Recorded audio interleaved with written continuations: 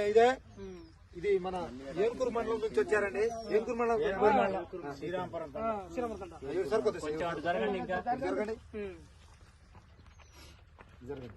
ఇది శ్రీ సాగర్ సీడ్స్ వారిది సాగర్ 11 అండి. ఇది కొత్త వెరైటీ, ఇది సాగర్ 11, శ్రీ సాగర్ సీడ్స్ వారిది సాగర్ 11.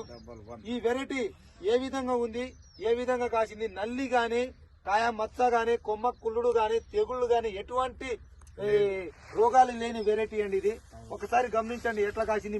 మీ మాటల్లో తెలుసుకుందాం. మీదే ఊరండి బాబాయ్ గారు? శ్రీరాంపురం తండ, ఏనుకూరు మండలం శ్రీరాంపురం తండ. శ్రీరాంపురం తండ. ఏ విధంగా నచ్చిందండి ఇది మీకు వెరైటీ? పర్వాలేదండి, ఇదైతే బాగానే ఉంది. విత్తనాలకి ఇప్పుడు ఇది కూడా లేదు, కానీ కొమ్మకులుడు అయితే రాలే, వస్తే ఫస్ట్ లోనే కనపడుతుంది.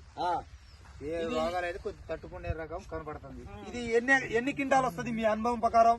30 క్వింటాలు పైన వస్తుంది. 30 అయితే బరాబర్ వస్తుంది. 30 క్వింటాలు వస్తుందా? 30 క్వింటాలు వేసుకుందాం. 5 భగవంతుడికి ఆయన మంచిదే రైతుకి.